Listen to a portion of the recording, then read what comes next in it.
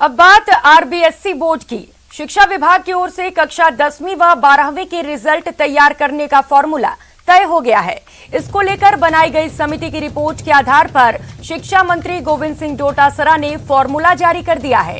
इसके तहत बोर्ड के रिजल्ट के लिए पिछले 2 साल की परीक्षाओं को आधार बनाया जाएगा। इस फॉर्मूले के तहत एक स्कूल समिति बनाई जाएगी। इसमें प्रिंसिपल, क्लास टीचर और विषय पढ़ाने वाले टीचर शामिल रहेंगे। ये समिति वर्तमान सत्र में किए गए विभिन्न डिजिटल नवाचारों जैसे स्माइल 2, आओ घर में सीखें, कक्षा और कक्षा शिक्षण में विद्यार्थियों की सतत भागीदारी तथा प्रदर्शन को देखते हुए सत्र पर्यंत किए अवलोकन के आधार पर अंक निर्धारण करेगी। तो आपको यह भी बता दें कि 10वीं कक्षा की मार्किंग कैसे होगी। तो पिछले 2 साल के रिजल्ट आधार माने जाएंगे। 8वीं क्लास के रिजल्ट का 45% और 9वीं क्लास के रिजल्ट का 25% लिया जाएगा। सत्रांक सेशनल मार्क्स से 20% लिया जाएगा। तो वहीं 10% मार्क्स स्कूल कमेटी तय करेगी। और चलिए 12वीं की भी बात कर लेते हैं। 12वीं कक्षा की मार्किंग किस तरीके से होगी। तो यहां पर पिछले 2 साल के रिजल्ट आधार होंगे। 10वीं क्लास के रिजल्ट का 40% लिया जाएगा। तो वहीं 11वीं क्लास के रिजल्ट का 20% लिया जाएगा। 20% सत्रांक सेशनल मार्क्स से लिया जाएगा। तो वहीं 20% मार्क्स स्कूल कमेटी तय करेगी। तो आपको बता दें, परमिशन मिलने पर प्रायोगिक परीक्षाएं की जाएंगी।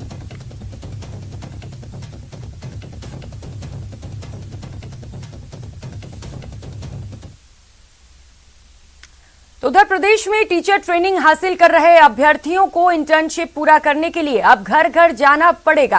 क्या है शिक्षा विभाग का प्लान, रिपोर्ट देखिए। Lecture door to door, BEd छात्रों का इंटर्नशिप प्लान, घर घर पढ़ाओ, मार्कशीट पाओ। सूबे में टीचर ट्रेनिंग हासिल कर रहे छात्रों को पढ़ाने के लिए अब डोर टू डोर जाना पड़ सकता है। शिक्षा विभाग ने बीएड कर रहे छात्रों के लिए इंटर्नशिप ट्रेनिंग जरूरी कर दी है। कोरोना से पहले बीएड के छात्र स्कूल जाकर प्रशिक्षण हासिल करते थे, लेकिन अब कोर्स पूरा करने के लिए छात्रों को घर जाकर पढ़ाना पड़ेगा। कि जो बीएड और एसटीसी करते हैं उनकी हम लोग स्कूलों में ट्रेनिंग कराते हैं, तो अब चूंकि स्कूल नहीं खुल रहे हैं तो उनकी ट्रेनिंग नहीं कराएंगे तो उनका कोर्स पूरा नहीं होगा। तो हमने ये निर्णय लिया है कि उन बच्चों को हम स्कूल में बुला करके फिर फील्ड में बच्चों के पास, अभिभावकों के पास भेजेंगे, जिससे उनकी ट्रेनिंग भी हो जाएगी और एक साथ हमारे भी और मैन वर्क मिल जाएगा। उसके कारण से हम ज़्यादा से ज़्यादा उन बच्चों को शिक्षा से जोड़ पाएंगे। शिक्षा विभाग के सामने बीएड फाइनल ईयर की परीक्षा से पहले इंटर्नशिप की परेशानी सामने आ रही थी। रिजल्ट जारी करने के लिए इंटर्नशिप जरूरी है, लेकिन स्कूल न खुलने की वजह से इसे पूरा नहीं किया जा सकता था। बीएड के छात्र विभाग के इस फैसले से असहमत नजर आए। छात्रों का कहना है कि ऑनलाइन पढ़ाई कराकर भी इंटर्नशिप पूरी कराई जा सकती है। राजस्थान सरकार से अपील है कि हमारी जो बीएसटीसी की द्वितीय वर्ष की जो 96 दिनों की इंटर्नशिप है उसको तुरंत प्रभाव से रद्द करना चाहिए, क्योंकि पहली बात बीएसटीसी ने प्रथम वर्ष में अपनी इंटर्नशिप को कंप्लीट कर लिया है, और दूसरी बात जो बीएसटीसी के प्रथम वर्ष के एग्जाम हुए थे, जबकि जो अन्य डिप्लोमा के कोर्स है उनके एग्जाम नहीं हुए थे। तो ये राजस्थान सरकार का बीएसटीसी के साथ दोगला व्यवहार है। बीएसटीसी 2019-21 का अभ्यर्थी आपके माध्यम से सरकार से मांग करता हूं कि बीएसटीसी सत्र 2019-21 को जल्द से जल्द पूरा किया जाए। सेकेंड ईयर की इंटर्नशिप में रियायत देकर जल्द से जल्द सेकेंड ईयर के एग्जाम करवा कर रिजल्ट जारी किया जाए, जिससे कि हम भी रीट 2021 में शामिल हो सके। फर्स्ट ईयर की जो इंटर्नशिप थी वो पिछले वर्ष ही पूर्ण हो चुकी थी, लेकिन कोरोना महामारी की वजह से हमारे जो फर्स्ट ईयर के एग्जाम हैं वो देरी से जनवरी माह में आयोजित कराए गए, जिसका जो परिणाम है वो हाल ही में जून माह में जारी किया गया। और हमें पता चला है कि सरकार सेकंड ईयर की इंटर्नशिप के लिए कुछ मंत्रणा कर रही है। तो मेरा संबंधित शिक्षा विभाग माननीय गोविंद सिंह डोटासरा जी और सरकार से विनम्र निवेदन है कि वो हमारी सेकंड ईयर की जो इंटर्नशिप है उसको तत्काल कैंसिल करे और तुरंत ही हमारे सेकंड ईयर के एग्जाम आयोजित कराए, ताकि हम भी रीट के लिए एलिजिबल हो सके। कोरोना काल में शिक्षा विभाग का बीएड के छात्रों के लिए घर घर पढ़ाओ मार्कशीट पावर प्लांट कितना कारगर साबित होगा, ये तो आने वाला वक्त ही बताएगा। न्यूज 18 के लिए जयपुर से महेश दाधीच की रिपोर्ट। और खबरों में आगे बढ़ेंगे। यूडीएच मंत्री शांति धारीवाल ने लोगों को फ्री मास्क बांटे और कोरोना गाइडलाइन का सख्ती से पालन करने की अपील की। कांग्रेस में फूट वाले सवाल पर धारीवाल ने बीजेपी को आड़े हाथ लिया। धारीवाल ने कहा, बीजेपी कुछ नेता अभी से मुख्यमंत्री के नाम को लेकर उछल रहे हैं। कांग्रेस पार्टी में कोई फूट नहीं है। लहर आई थी कोरोना की, तब भी और दूसरी लहर के वक्त भी हाउसिंग बोर्ड ने आउट ऑफ द वे जाकर के लोगों की मदद करी और कोरोना को किस प्रकार से रोका जा सकता है उसके अथक प्रयत्न किए। 1 लाख मास्क पिछली बार भी जो है हाउसिंग बोर्ड ने बांटे थे। देखिए, भारतीय जनता पार्टी को सूत न कपास और लट्ठम लट्ठा, अभी 2.5 साल चुनाव के बाकी हैं और अभी से उछल रहे हैं कि साहब मैं नहीं बनूंगा तो वो नहीं बनेगी, ये नहीं बनेगा तो वो नहीं बनेगी। अभी सभी मुख्यमंत्री के उम्मीदवार हो रहे हैं। वो बरसात में जो कुकुरमुत्तर पैदा हो जाता है ना, उस तरीके से तो मुख्यमंत्री के उम्मीदवार पैदा हो रहे हैं उनके। उधर दौसा जिले के महवा से निर्दलीय विधायक ओम प्रकाश हुड्डा को जान से मारने की धमकी मिली है। विधायक हुड्डा ने जयपुर कमिश्नर को धमकी भरे फोन कॉल की जानकारी दी है और रामनगरिया थाने में अज्ञात के खिलाफ मुकदमा दर्ज कराया है। महवा विधायक ने शराब माफियाओं पर शक भी जताया है और ऐसे में बदमाशों के खिलाफ कड़ी कार्रवाई की मांग की है। बता दें कि हाल ही में सरकार ने विधायक हुड्डा का सुरक्षा घेरा बढ़ाया था।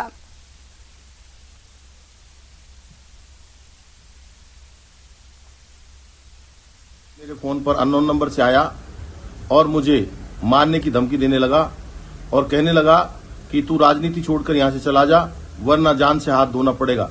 साथ ही गाली गलौज करते हुए उसने कहा कि भरतपुर की घटना की पुनरावृत्ति होगी। इसके साथ ही कई बातें मारने की कहने लगा। इसकी जानकारी मैंने तुरंत ही पुलिस कमिश्नर आनंद श्रीवास्तव साहब को फोन पर दी। और रुक करेंगे अगली खबर का। जयपुर हेरिटेज नगर निगम में कांग्रेस पार्टी ने निर्दलियों के सहारे बोर्ड बनाने में तो कामयाबी हासिल कर ली, लेकिन अब तक बोर्ड में समितियों के गठन को लेकर मामला अटका है। बीते 7 महीने से समितियों का गठन नहीं हो पाया है। कांग्रेस को मेयर चुनाव में 9 निर्दलियों का साथ मिला था, लेकिन सभी 9 निर्दलियों को चेयरमैन बनाना संभव नहीं हो पा रहा। पूर्व डिप्टी मेयर मनीष पारिक ने बोर्ड समितियों को लेकर कांग्रेस पर चुटकी ली है। आपसी फूट और वैमनस्य के कारण, आपसी मतभेदों के कारण पूरे विधायी काम, पूरी विकास के काम ठप हो गए हैं। जैसे राज्य सरकार में जो सरकार बनाई है निर्दलियों के भरोसे, वो निर्दलीय इधर उधर हो रहे हैं। आपसी गुटबाजी के चक्कर में सारा प्रशासन ठप पड़ा है और विकास कार्य कोरोना की स्थिति में भी ठप हो गए हैं। जहाँ तक सवाल आपने पूछा कि हेरिटेज के अंदर कमेटियाँ क्यों नहीं बन रही, इसका जवाब तो देखिए आला कमान दे सकते हैं, क्योंकि ये काम हमारा नहीं है, ये काम है आला कमान का। निगम के पावर जब तक थे 90 दिन के, वो पावर खत्म हो चुके मेयर के, बोर्ड के। अब राज्य सरकार के पाले में गेंद है। और अभी आपने कहा कि ग्रेडर की कमेटियां बन गई, तो ग्रेडर की कमेटियां तो उनके 90 दिन के रहते हैं।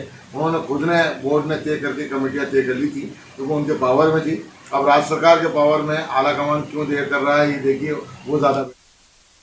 उधर जफर सरेशवाला समाज शिक्षा, बैंकिंग और स्टॉक मार्केटिंग के प्रति जागरूकता के अलग इन जयपुर में जगा रहे हैं।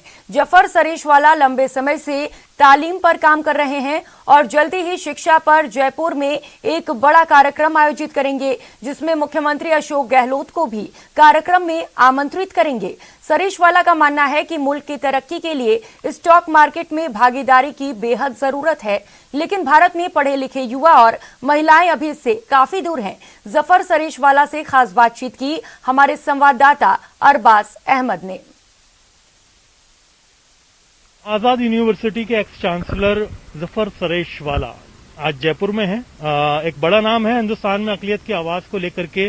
पीएम मोदी के काफी खास रहे हैं और काफी बारीकी से तालीम को लेकर के बातचीत करते हैं। मौजूदा जो हालात हैं देश में, प्रदेश में अल्पसंख्यकों की चुनौतियां, तमाम चीजों को लेकर बात करते हैं।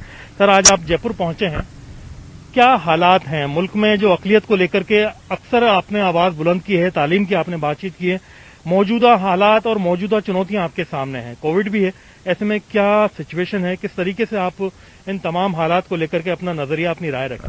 देखिए, मेरा जो जयपुर भी आज आना हुआ है वो इसलिए कि जो हम लोग एक इनिशिएटिव चलाते हैं जिसको तालीम और तरबियत कहते हैं हम, और वो अब तक हमने अल्हम्दुलिल्लाह पिछले 6 साल में 48 शहरों में किया। लास्ट हमने अप्रैल में श्रीनगर में किया था, उससे पहले हमने दिसंबर में अयोध्या में किया था।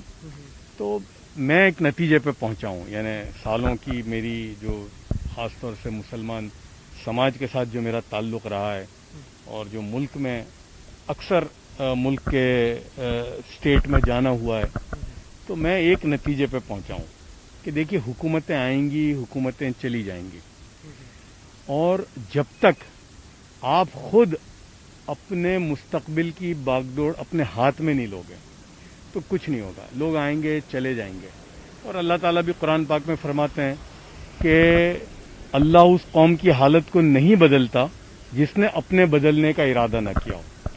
तो मैं नतीजे पे पहुंचा हूं कि भाई हमको तालीम को लेकर, क्योंकि देखिए मसले तो बहुत हैं, जो आपने कहा सैकड़ों मसाइल हैं हमारे, लेकिन किन किन को, तो कहां से शुरू करें?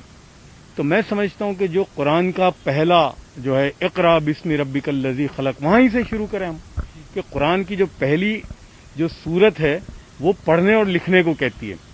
तो वो कौम जिसको पहली जो कुरान का एड्रेस पढ़ने और लिखने का हुआ हो, वो आज दुनिया में जाहिल क्यों हो गई? कैमरा पर्सन भवानी के साथ में अरबाज अहमद, न्यूज़ 18 के लिए जयपुर से।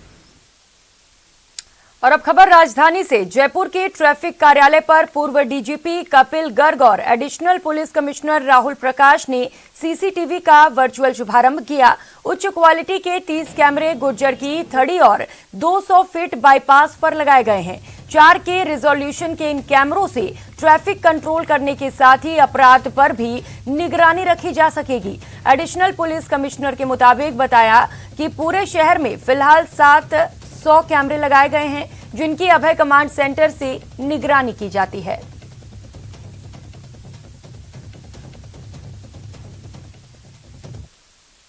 दृष्टिकोण से बहुत इंपॉर्टेंट चौराहा है, तो वहां पर भी हम इसका नियंत्रण कंट्रोल रूम के माध्यम से कर पाएंगे।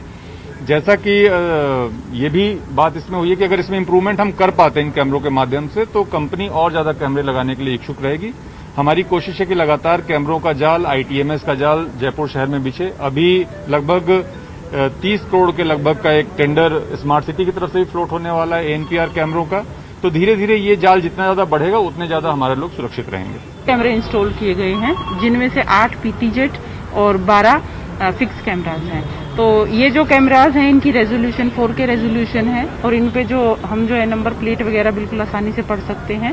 ये हमें जो ट्रैफिक वायलेशन को कंट्रोल करने में और क्राइम को प्रिवेंट। अब बात फिल्मी प्रेम कहानी की। आज दोपहर प्रेमी जोड़ा फिल्मी अंदाज में अजमेर कलेक्ट्रेट पहुंचे और सुरक्षा की गुहार लगाई। यहां से पुलिस और उनके परिजन जबरन गाड़ी में बैठाकर उन्हें लेकर चले गए। जयतारण निवासी लक्षिता राठौर ने बताया कि वो 3 साल से मनीष शर्मा को जानती हैं और एक दूसरे से प्यार करते हैं। उन्होंने परिजनों से शादी करने की इच्छा जाहिर की तो उन्होंने साफ इंकार कर दिया। साथ ही मनीष को जान से मारने की धमकी तक दे डाली। अब दोनों ने अपनी रजामंदी से आर्य समाज में शादी कर ली। इस शादी से उसके परिजन खासे खफा हैं। ऐसे में प्रेमी जोड़े ने सुरक्षा की गुहार लगाई है। मकराना पुलिस के आगे कार्रवाई के लिए दोनों को अपने साथ ले गए, लेकिन इस दौरान आधे घंटे तक कलेक्ट्रेट में जमकर हंगामा हुआ और तमाशबीनों की भीड़ लग गई।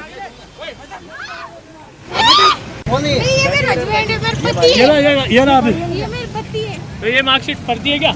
ठीक है, ये क्या ये जो कागज है, ये मार्कशीट के हाथ से नाबालिग हो ना आप? मार्कशीट के हाथ से नाबालिग हो ना? आप नाबालिग हो? नाबालिग हो ना? तो ये मार्कशीट तो आपकी है ना? नहीं, ये हमारे पास है ना। कहाँ है?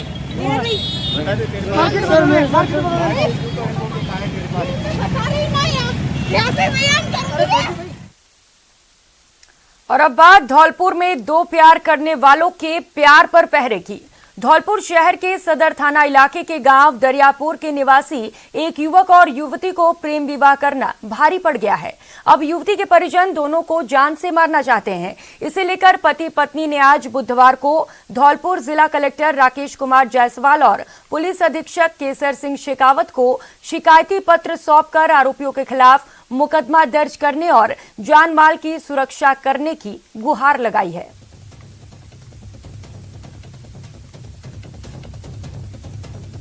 शादी कर लिए कोर्ट ने पलवल में। मेरे गांव के मुझे परेशान कर रहे हैं, हमारे लिए कार्रवाई करें। आप किसके पति के साथ रहना चाहती हो, घर वालों से किसके साथ रहना चाहती हो? बिल्ला बाबू के साथ रहना चाहती हूँ। मेरी पत्नी दीक्षा है। मैंने पलवल से कोर्ट मैरिज की थी। अब गांव वाले क्या है कि रोज़ आज दिन परेशान कर रहे हैं, रोज़ मारपीट कर जाते हैं और जान से मारने की कोशिश कर रहे हैं। आज मैं कलेक्टर साहब को और एसपी साहब को करवा दें।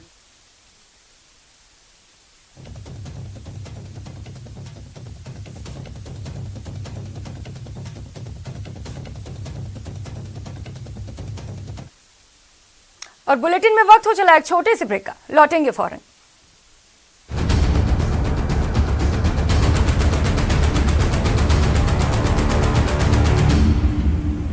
आपका खबरों में आगे बढ़ेंगे। राजस्थान ने बाघ संरक्षण की ओर एक और कदम बढ़ा लिया है। प्रदेश को रामगढ़ सेंचुरी के रूप में चौथा टाइगर रिजर्व पार्क मिल गया है।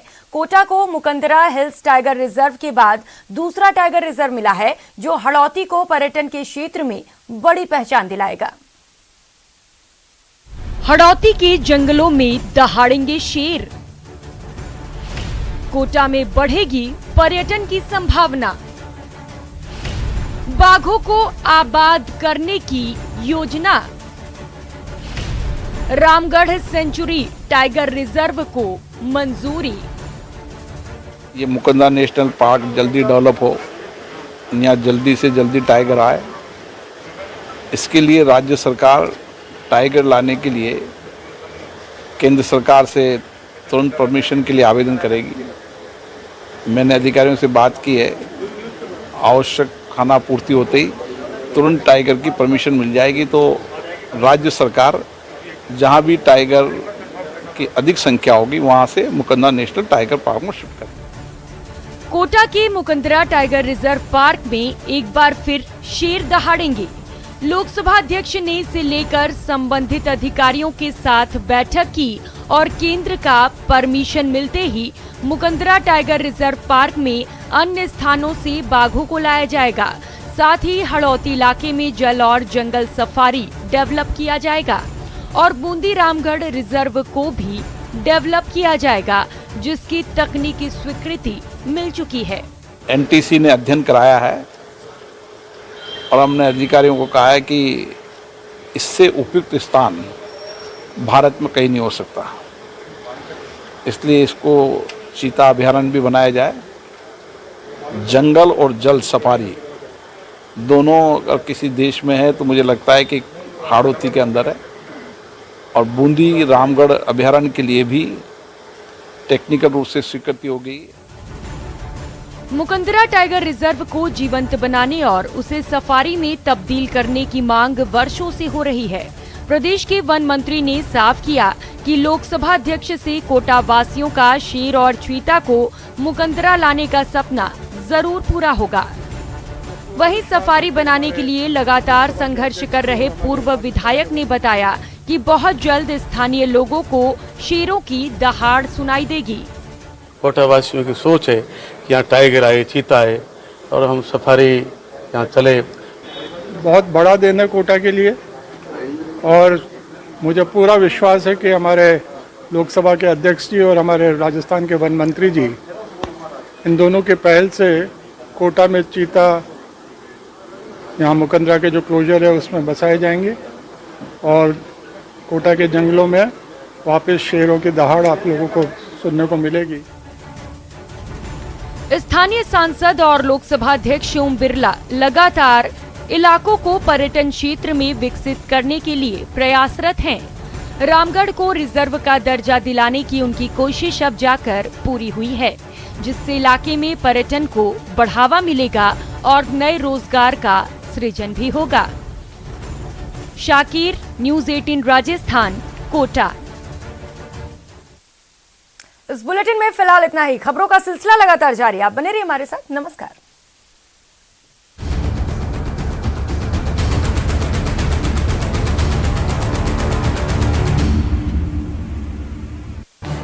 इस न्यूज हेडलाइंस के